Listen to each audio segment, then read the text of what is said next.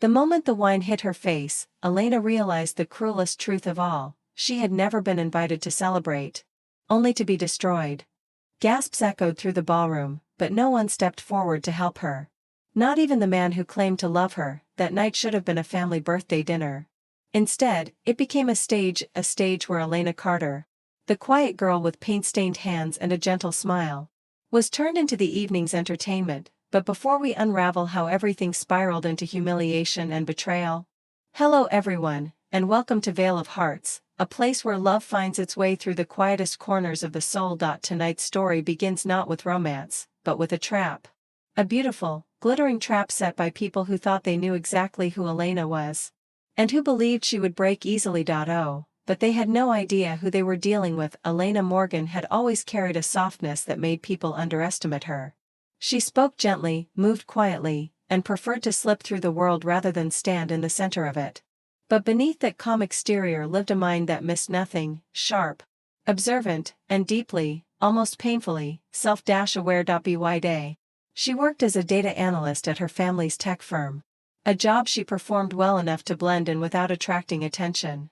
But by night, Elena became someone else entirely, a painter with colors on her hands, emotions on her canvas, and a heart that longed for something more honest than the world she'd been born into. Very few people knew that her true identity wasn't Elena Carter, the quiet analyst, but Elena Morgan, the only heir to Morgan Industries, one of the most powerful private empires in America.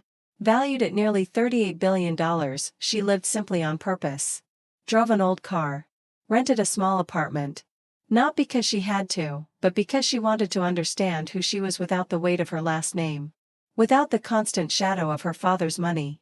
Without the endless expectations. And it was in one of those moments, standing quietly inside a small, intimate art gallery downtown, that she met him, Adrian Hawthorne. He was leaning toward a painting, studying it with the same kind of thoughtful stillness she often carried. Tall, with warm brown eyes and hair the color of dark maple. His suit was clearly expensive, yet something in his expression suggested he didn't feel entirely at home inside it. He noticed her staring and smiled, shy, almost apologetic. "Beautiful piece, isn't it?" he said, voice soft but sincere. Elena stepped closer, drawn by something she couldn't name. "It feels lonely," she replied. "But in a way that makes you want to stay with it." He turned to her fully then. And for the first time, someone looked at her not as a stranger. Not as a face in the crowd, but as if they recognized a similar ache. Adrian confessed he loved painting but didn't have much time to pursue it. His family, the Hawthornes, insisted he stay in the corporate path, specifically as a department head in their real estate empire, Hawthorne Estates. "It pays well," he'd said with a dry laugh, "but it starves the soul." Elena understood that feeling too well. From that moment, something unspoken began to grow between them. They met again. And again. Coffee shops, quiet parks, art exhibits, simple things, tender things. Elena found peace in his presence. And Adrian found in her the calm he never experienced inside his own mansion's cold, echoing halls. They never talked about wealth. Never bragged or compared or hinted. It was the first time Elena felt safe being just Elena.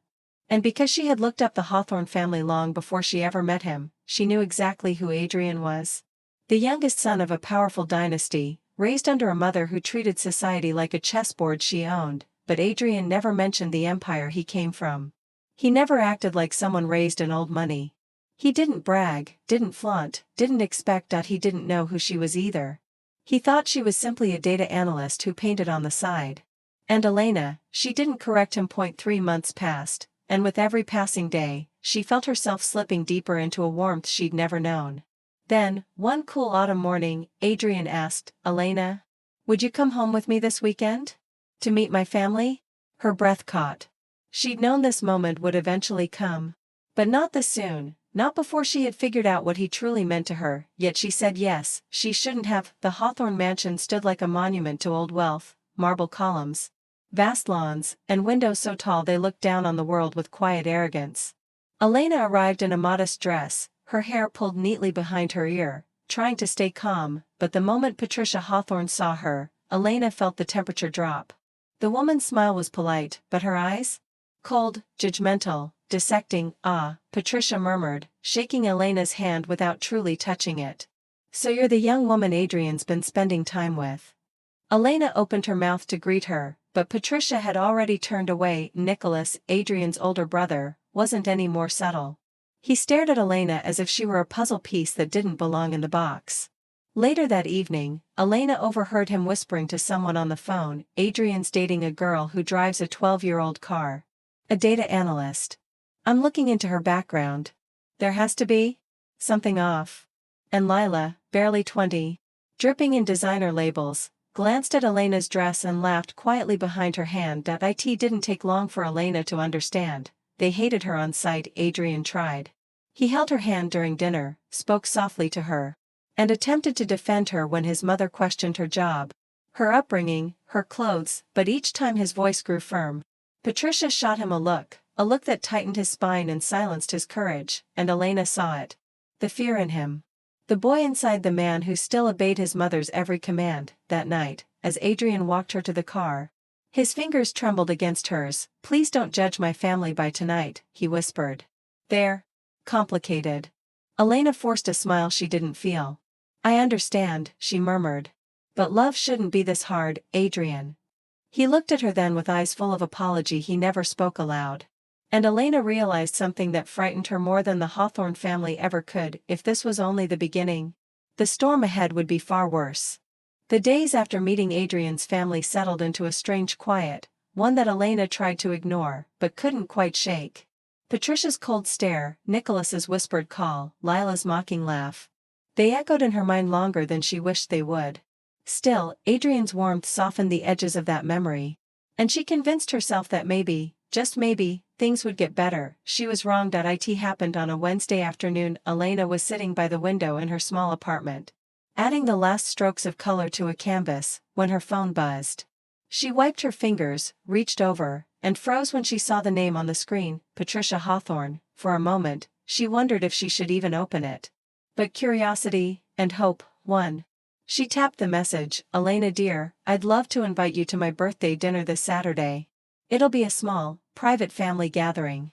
I've been thinking about the beautiful pieces you've painted, and I would be honored if you brought one as a gift. Looking forward to seeing you." Elena stared at the screen, stunned. The message was warm, almost affectionate. Nothing like the cold, dissecting tone Patricia used the night she met her. For the first time, the older woman had reached out to her.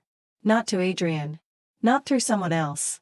To her directly. A smile slowly grew on Elena's lips. Maybe Patricia had simply needed time. Maybe she had judged too quickly. Maybe this was her way of extending a hand. The thought filled Elena with a bright, fragile hope. She typed back a polite, heartfelt reply, then set her phone down, hands trembling slightly. She didn't tell Adrian. Not because she wanted to hide anything, but because she wanted to surprise him. If this was truly a step toward acceptance, she wanted him to see it unfold naturally. What Elena didn't know was that Patricia had a second list of guests, for business reasons. And on that list was the name Edmund Morgan.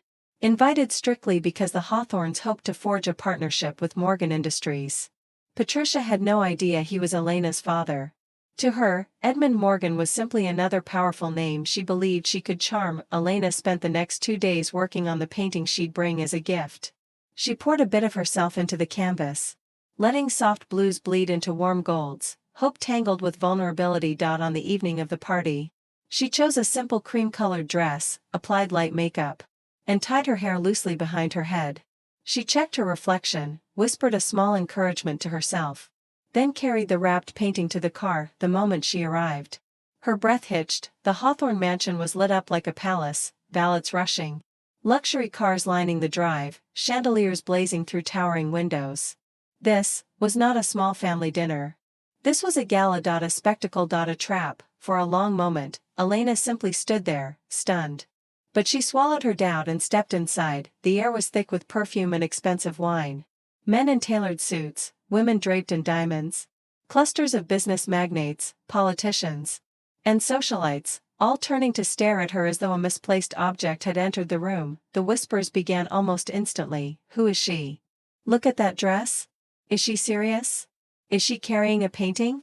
Elena walked carefully, holding the gift close, heat flushing up her neck. She searched for Adrian, but he was nowhere in sight. Instead, a familiar voice sliced through the noise. Wow. she actually came. Elena turned. Standing by the grand staircase was a woman so stunning she seemed carved from money itself. Tall, slim, glossy black hair cascading over a designer gown. Her expression was a perfect, practiced smirk. Vivian Kingsley. Elena knew her instantly, anyone who followed business news would. Heiress of Kingsley Group. Influential. Worshipped by society. Rich beyond comprehension, and, as Elena had recently discovered, the woman Patricia desperately wished would become her daughter-in-law. Vivian stepped closer, her eyes dragging down Elena's outfit. "You must be Elena," she said sweetly, though her voice carried the softness of glass. "I've heard fascinating things about you." Elena forced a polite smile. "It's nice to meet you, Vivian." Vivian's gaze sharpened, amused. "Is that a gift? A painting?" Her lips curled. "How adorable." Before Elena could respond, Patricia appeared, radiant in a dark velvet gown, dripping with jewels. "Oh, wonderful, you made it," Patricia said loudly, making sure others heard. "I wasn't sure you'd be comfortable with gatherings like this." The crowd tittered. Elena held the painting tighter. "I thought it was just a family dinner." Patricia raised an elegant brow. "Oh dear, surely Adrian didn't tell you? It's a tradition, family and our closest connections. But you're welcome, of course." Her smile did not reach her eyes. People gathered around, whispering, judging, amused by the unfolding scene. Vivian stepped beside Patricia like a prized ornament. "Aunt Patricia," she said deliberately, "should we show her the guest list? I wouldn't want her to feel out of place." Several guests laughed quietly. For a moment, Elena felt her heart falter. But she stood her ground. "I'm here to give you something," she said softly to Patricia. "My painting. I hope you'll like it." Patricia blinked, then offered a slow, patronizing clap. "How thoughtful. Truly. Let's all see what our little artist has brought tonight." Elena wanted the ground to swallow her. But she lifted the gift with steady hands. In the crowd, whispers only grew. "Why is she dressed like that? Do you think she made it herself? How quaint. She looks like she got lost on the way to a different event." But still, Elena stayed composed. She'd come with kindness. With hope. With sincerity. She had no idea the worst was still waiting, unknown to her. Patricia had orchestrated every detail, the invitation, the tone, the lie about the private dinner. And now, with Vivian standing by her side like a glittering weapon, Patricia was ready to carry out what she had planned from the beginning. To humiliate Elena. To break her confidence. To prove to her son, and to everyone, that Elena Carter was nothing more than a poor, fragile girl who did not belong in their world. And as the chandelier lights reflected off hundreds of curious eyes, Elena realized she was standing in the center of a room full of predators. And she was holding the only piece of herself she'd ever been proud of. But the night had only begun. The moment Patricia's perfectly manicured hand closed around the microphone, Elena felt something cold coil in her spine. The room dimmed slightly. A spotlight warming the stage as Patricia stepped into it, graceful, poised, and dangerous in the way only a woman accustomed to dominance could be. "Ladies and gentlemen," Patricia announced, her voice ringing clearly across the ballroom. "Before we continue the celebration, I'd like to invite someone very special to the stage." Her eyes swept the room until they found Elena. The smile she wore was sweet, sickeningly sweet, saccharine enough to rot bone. "Elena Carter," she called, "would you join us?" A murmur rippled through the crowd. People turned, craning their necks to watch as Elena stood frozen, clutching her wrapped painting to her chest. For a brief second, she considered running. But her feet moved on their own, gentle, hesitant steps toward the stage. She reminded herself that she came with sincerity, with kindness. Perhaps this wasn't what she thought it was. She was wrong. When Elena finally reached the stage, Patricia placed a hand on her back, guiding her into the light as if she were presenting an exhibit. "This," Patricia continued, "is the lovely young woman who brought me a painting tonight. Isn't that sweet? A true fan gesture. A fan, not Adrian's girlfriend. Not someone Patricia respected. A fan." Laughter trickled through the room like poison. Elena's chest tightened. Her lips parted, but before she could speak, Nicholas, Adrian's older brother, stepped forward from the side of the stage. A remote in his hand. "Mother," he said loudly, "I think our guests might enjoy a little background." The massive LED screen behind them flickered to life, and then Elena's world shattered. First appeared a picture of the small, Modest apartment she lived in, dim lighting, old furniture, paint-stained floors. Then her old car, 10 years old, scratched, humble. Next, screenshots of public salary data for a data analyst. Nicholas's voice boomed. Ladies and gentlemen, please welcome the girl who aims impressively high. A smirk. And yet comes from? Impressively low. The room erupted in laughter. Women covered their mouths. Men shook their heads in mock disappointment. Some guests leaned toward one another, whispering openly, a gold digger. A shameless climber.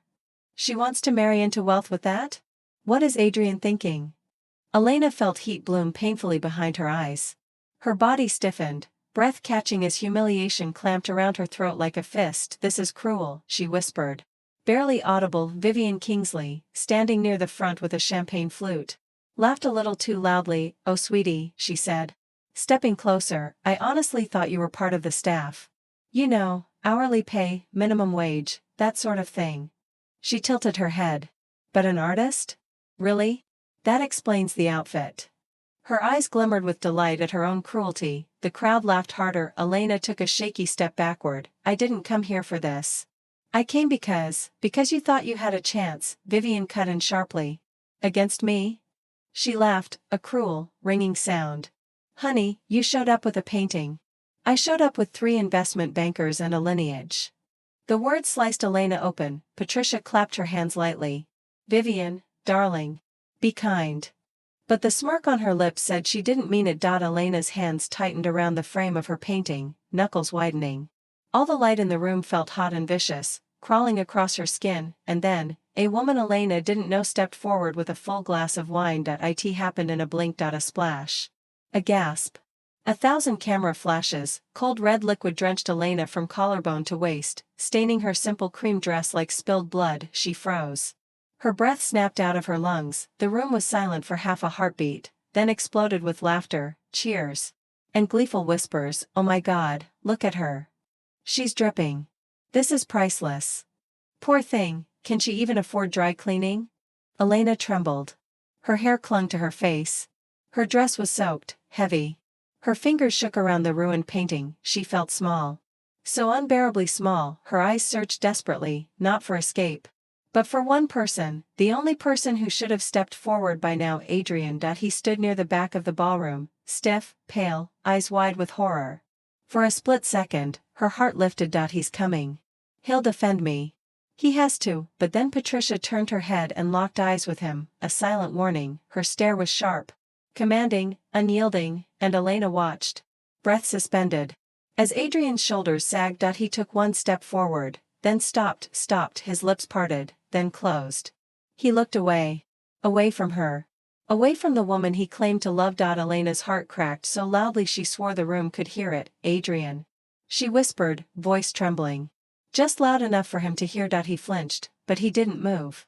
Not even a word. Not even a whisper of defense, and something inside her, something warm, fragile, hopeful, died in that moment. A fresh wave of laughter swept across the guests. Vivian, sensing blood in the water, glided to Adrian's side. She slid her arm through his, leaning her head lightly against his shoulder. See? She said to the crowd, her voice syrupy and triumphant. A man like Adrian doesn't belong with that. Adrian tensed, but said nothing. Not a word. Not even a protest. When Vivian tightened her grip on him, Elena stared at him, the man who held her hands gently in art galleries. The man who kissed her softly in the quiet corners of the world, the man who promised, I'm on your side. Now he couldn't even look at her. Tears burned behind her eyes, but she refused to let them fall. Not here. Not in front of these people. Patricia placed a hand on Elena's back once more, but this time the touch felt like a shove. Thank you for your contribution, she said with a pointed smile. You may step down now. A snicker sliced the air. Elena swallowed hard. Her voice, when it came, was barely a whisper. I loved him. Patricia raised an eyebrow. Oh sweetheart. That's exactly the problem. Elena's fingers slipped on the wet painting. She stepped back slowly, the room spinning around her. Faces blurred, mocking, entertained, uncaring. Every inch of her was shaking, but she forced herself off the stage. Each step away from the spotlight felt like peeling skin. Each whisper another blade. Each laugh another cut. She looked once more at Adrian, just one last time. He finally looked up. Their eyes met, and the pain in his gaze, guilt, sorrow, fear, only made the betrayal worse, because he still didn't move.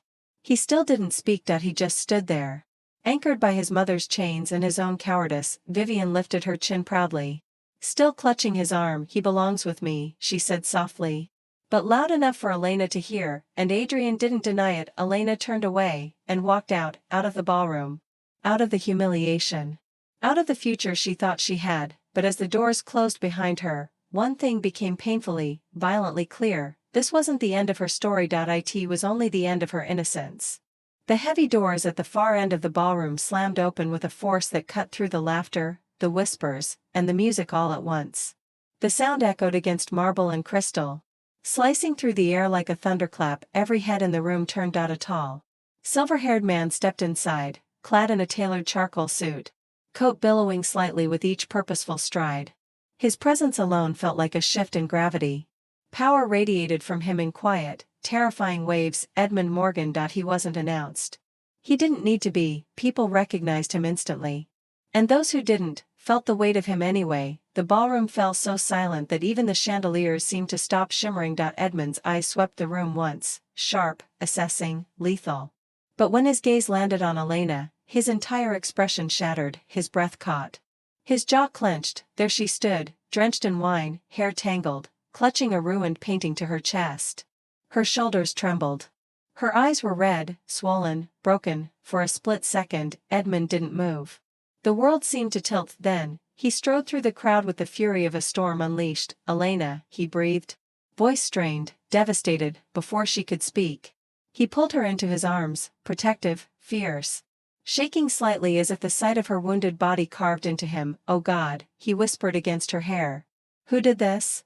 Who dared put their hands on you?" A chorus of gasps rose around the room. Patricia's face drained of color. Vivian stepped back instinctively. Nicholas blinked, stunned. Edmund eased back just enough to cup Elena's tear-stained cheeks. "Tell me," he repeated, his voice now sharp enough to cut steel. "Who did this to my daughter?"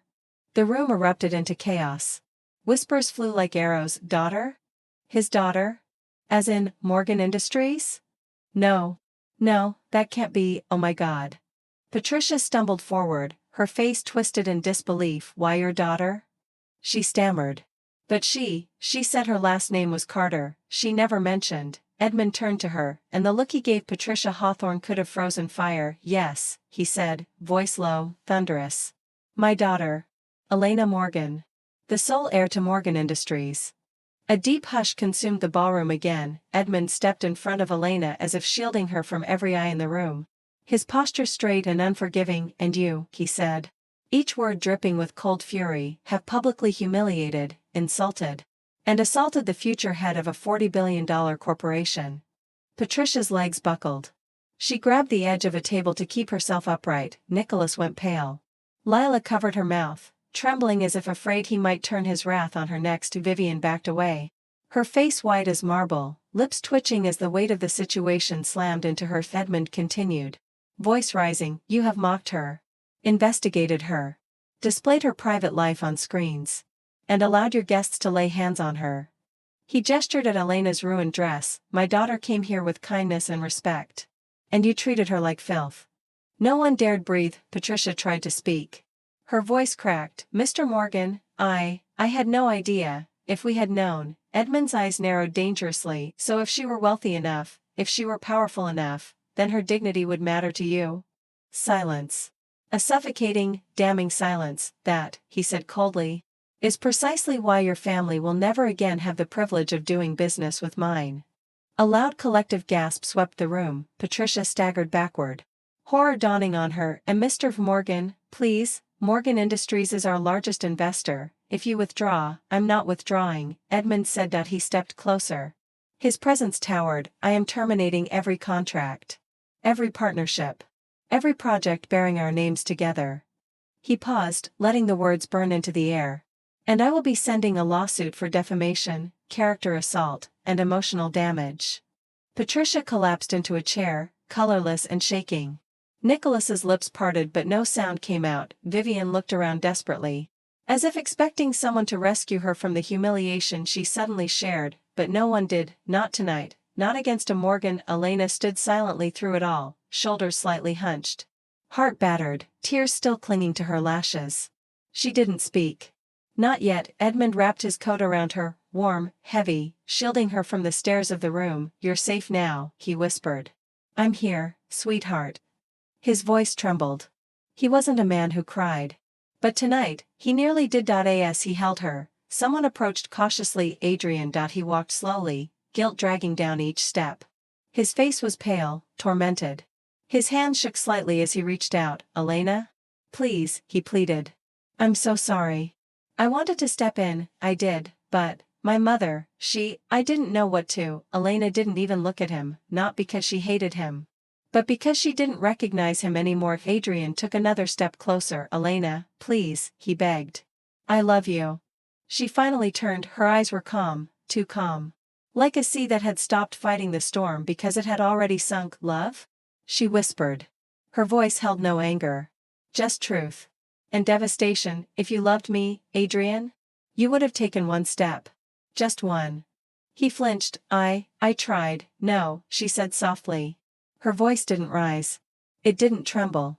It simply ended. You chose your fear over me. Adrian's throat tightened.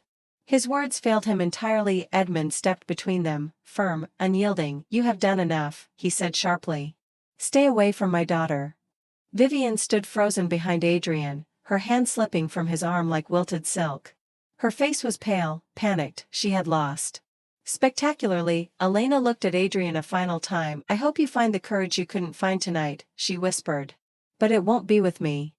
And then, she turned away, not running. Not broken.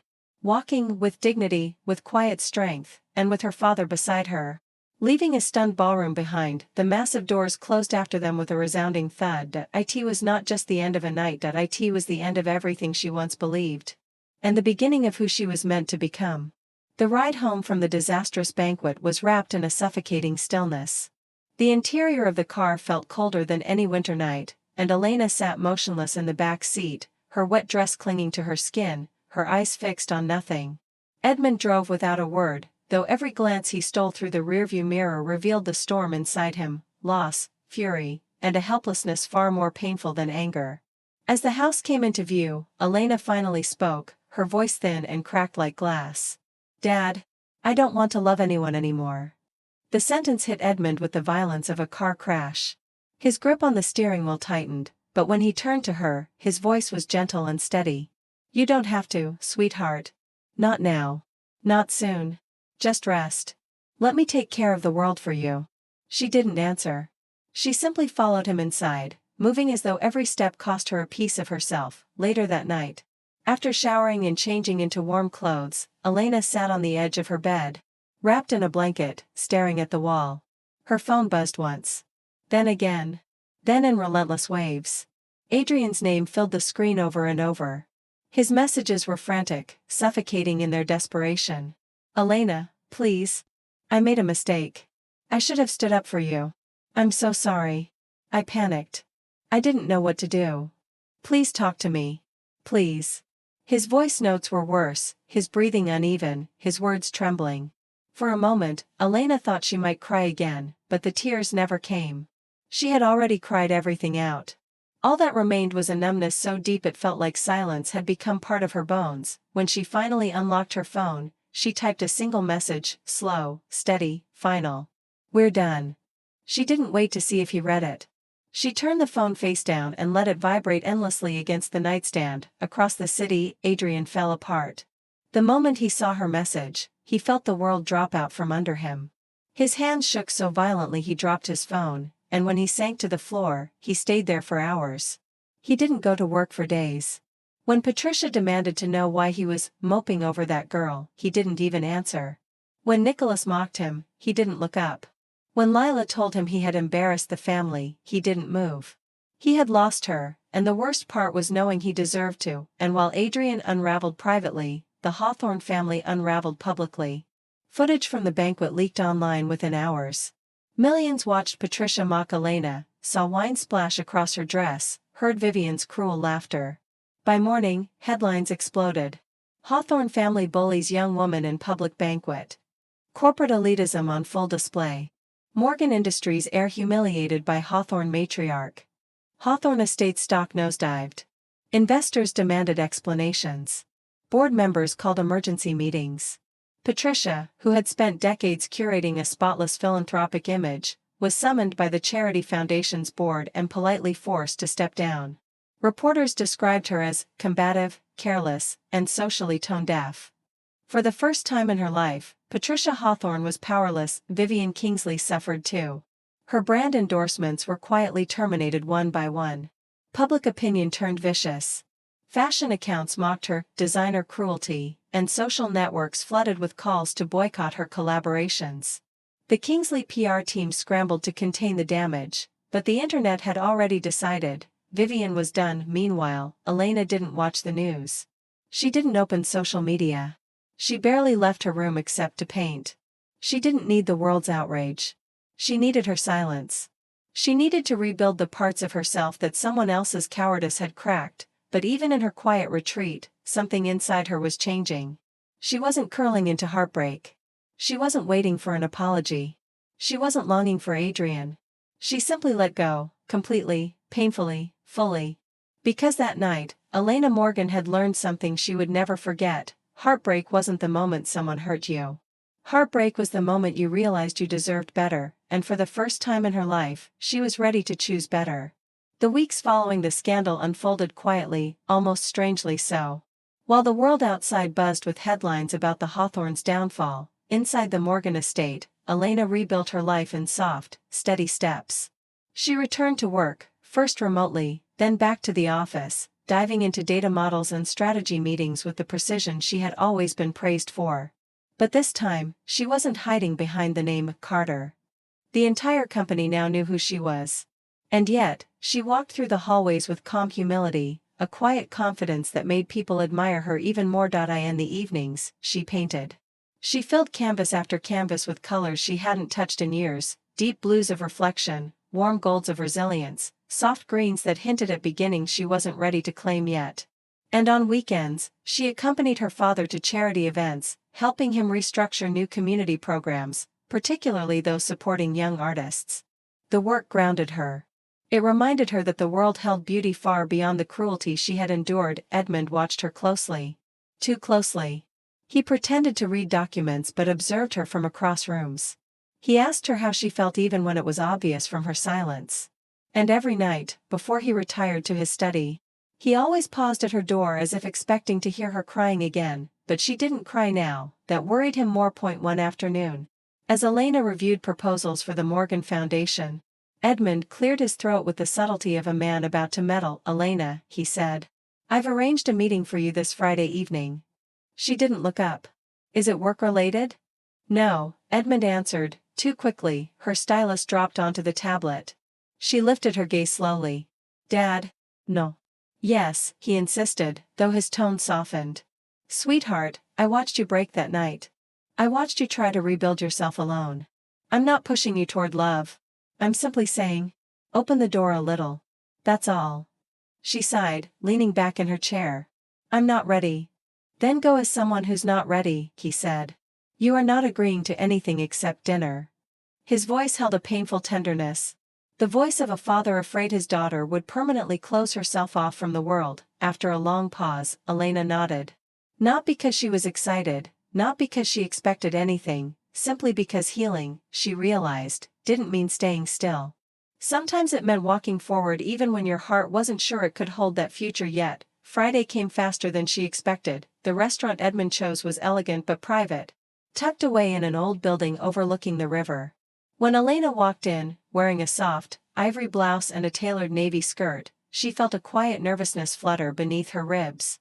She reminded herself, this wasn't romance.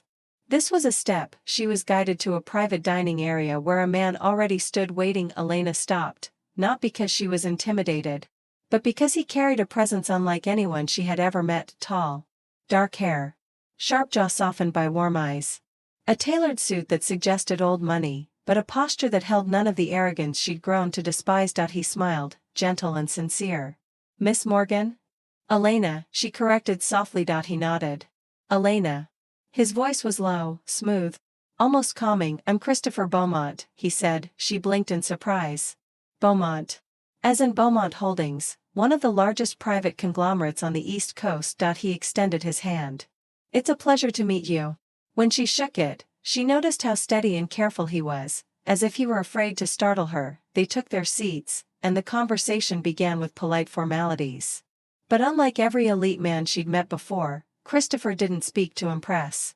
He didn't list his achievements, his travels, his acquisitions. He asked about her art, her charity work, her favorite places to visit when she needed quiet. The way he listened made her feel seen, not as an heiress, not as a name, but as a woman with depth he genuinely cared to understand. At some point, he leaned back slightly, studying her, not intrusively, but with a kind of respectful curiosity. You've been hurt recently, he said gently.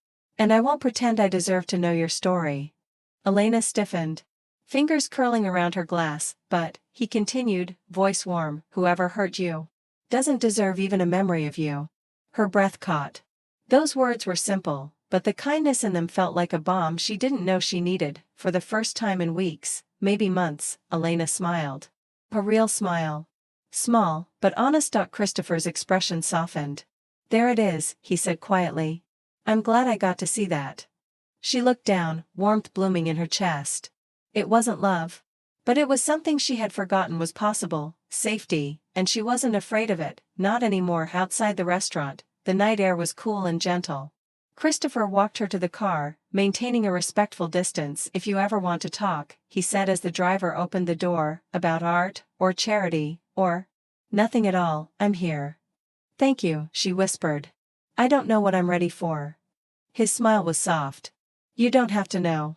Just don't close your heart before it even has a chance. Elena got into the car, feeling lighter than when she arrived, but as the driver pulled away, a familiar figure stood on the opposite sidewalk, frozen in place, eyes hollow, breath unsteady. Adrian. He had come to the restaurant because he heard a rumor. Because he still hoped. Because he couldn't let go, and there he was, watching the car door close behind Elena. Watching her sit beside another man, one who carried himself with quiet strength and tenderness. Adrian had failed to show that he felt the world tilt beneath his feet. Christopher stepped back onto the curb, his silhouette tall beside the restaurant lights. He looked confident, composed, everything Adrian was not. Adrian's chest constricted painfully. He had lost her. Truly. Irreversibly, and this time, watching her drive away, there was no one left to blame but himself. Across the city, the Hawthorne household was falling apart. Patricia had been removed from the charity board and publicly criticized. Nicholas struggled to contain investors' anger. Hawthorne Estates stock continued to slide, leaving the family scrambling to prevent bankruptcy. Vivian Kingsley, once the shining jewel of elite circles, had vanished entirely from media after losing multiple endorsement deals. Her reputation was shattered. They had humiliated the wrong girl. And now they were living with the consequences. As for Elena, she didn't think of revenge, or justice, or what the world said. She thought only of this. Healing wasn't returning to who she was before the pain. Healing was becoming someone stronger after surviving it, and tonight, for the first time in a long while, she allowed herself to imagine that her story wasn't ending. It was beginning again. In the weeks that followed her quiet dinner with Christopher Beaumont, Elena discovered something she hadn't felt in a long time: breathing space. Life no longer pressed in on her from all sides. Instead, it moved with a gentler rhythm, as if the universe finally decided she deserved a softer chapter. She returned to her routines, but they felt different now. Morning tea tasted calmer. Work felt purposeful. Painting wasn't an escape anymore. It was expression. Each brushstroke carried a steadiness she had earned through pain she never asked for. And each time she finished a piece, she found herself surprised by the quiet confidence growing inside her. Healing didn't come in a dramatic moment. It arrived quietly, like sunlight slipping through curtains when she wasn't paying attention. She realized she no longer woke up with the memory of that humiliating night burning in her chest. The past hadn't disappeared, but it no longer chained her. It simply existed, behind her, not above her. Edmund noticed the change first. You're lighter, he told her one evening, watching her sort through documents for the foundation. She smiled softly. I'm learning. He didn't ask more. He didn't need to. A father knows when his child begins stitching herself back together. Christopher remained a steady presence, not pushing, not demanding. Some days he sent her articles about art exhibitions. Other days, a bouquet of simple white peonies arrived at her door with a handwritten note, "For the calm you deserve." And once in a while, they met for lunch or coffee, speaking about everything except the wounds she carried. He never asked for more than she could give. That, more than anything, helped her breathe. One Saturday afternoon, as they walked along the river, Christopher paused, looking at her with quiet sincerity. "Elena, I want you to move at your own pace. If all I ever become is someone who helps you smile again, that's enough for me." She looked at him for a long moment. There was a softness in his eyes, but also strength, a grounded steadiness she had never felt with Adrian. She didn't rush to reply. Instead, she let the silence speak for her, a silence filled with gratitude, warmth, and something fragile but promising. Later that night, alone in her studio, Elena realized something important. She hadn't healed because someone rescued her. She healed because she chose to. Because she walked away. Because she learned to value her heart again. And because she finally understood that love, the real kind, doesn't suffocate or ask her to shrink. It lets her grow. Her phone vibrated once, a news notification about the Hawthorne scandal deepening. She didn't open it. Their story no longer belonged in her world. She had left that chapter behind the moment she walked out of the ballroom with her father's arm around her. She didn't hate them. She didn't forgive them. She simply released them. They were a lesson, nothing more. A soft knock sounded at her door. Edmund peeked inside. "I ordered dinner. Will you join me?" "Yes," she said, wiping paint from her fingers. "I'd like that."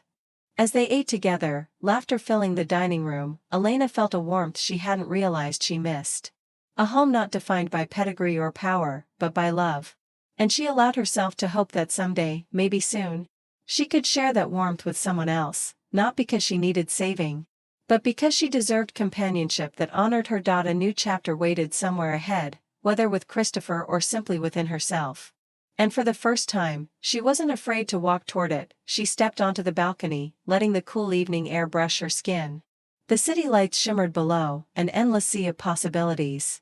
Her voice was quiet but steady as she whispered the truth she had earned through heartbreak and healing. Sometimes, to meet the person who truly deserves you, you have to walk past the ones who never valued you. And with that, Elena Morgan closed her eyes, not to shut out the world, but to welcome everything that was finally, beautifully, beginning.